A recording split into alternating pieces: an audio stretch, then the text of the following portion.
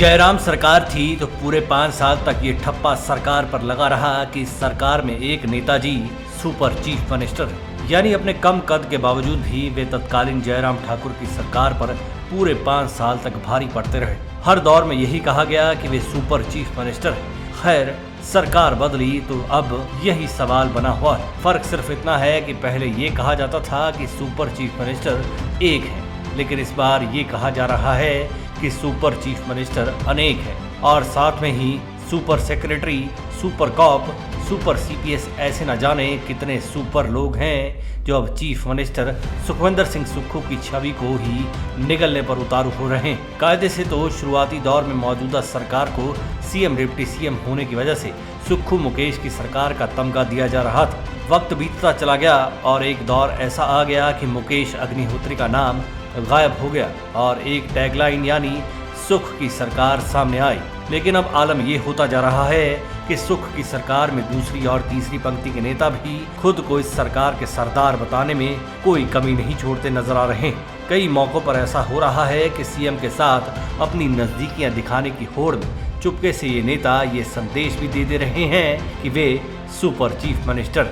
अगर बीते दौर की बात करें तो पहले ये कभी नहीं हुआ था कि सीएम के अलावा किसी और नेता के नाम से सरकारों को तमगे मिले हों। खुद देख लीजिए, शांता सरकार, वीरभद्र सरकार, धूमल सरकार, इन्हीं नामों से सरकारें जानी जाती थी। पूर्व मुख्यमंत्री जयराम ठाकुर के दौर में बदलाव आना शुरू हुए। एक नेताजी सुपर चीफ मिनिस्टर बन गए और उन्होंने कहीं न कहीं जयराम ठाकुर की उस छवि को भी निगल लिया जिसके वे हकदार थे। उस दौर में जयराम ठाकुर को आम आदमी का नेता साबित करने के लिए उन्हें मिस्त्री का बेटा होने का मान सम्मान भी दिया गया। अब जब सुक्खू चीफ मिनिस्टर बने तो उन्हें इसी तर्ज पर ड्राइवर का बेटा होने का सम्मानजनक खिताब देने का काम शुरू हुआ। कोई दो राय नहीं है कि सुखविंदर सिंह सुक्खू भी सियासत के ऐसे हैवी ड्राइवर हैं जिन्होंने बड़े बड़े सियासी उस्तादों को ओवरटेक करते हुए सियासत की बस अड्डे पर कब्जा जमा लिया।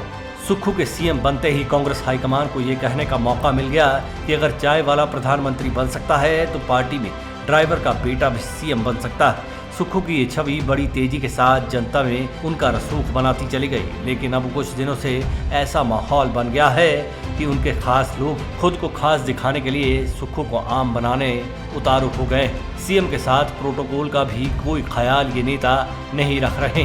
नतीजा ये हो रहा है कि सोशल मीडिया पर जनता इन नेताओं के व्यवहार को लेकर बातें करना शुरू हो गई। खैर, मौजूदा मुख्यमंत्री सुखविंदर सिंह सुक्खू के बाबत ये बात पत्थर की लकीर मानी जाती है कि वे कभी दोस्तों को नहीं भूलते हैं, लेकिन जो माहौल बन रहा है उससे ये लग रहा है कि जिन दोस्तों को इज्जत दी गई वे भूल पर भूल किए जा रहे हैं, जिसकी वजह से सरकार की छवि का विकेंद्रीकरण भी होना शुरू हो चुका है। जबकि कायदे से सरकार की छवि का केंद्रीकरण सिर्फ और सिर्फ सुखविंदर सिंह सुक्खू से जुड़ा हुआ।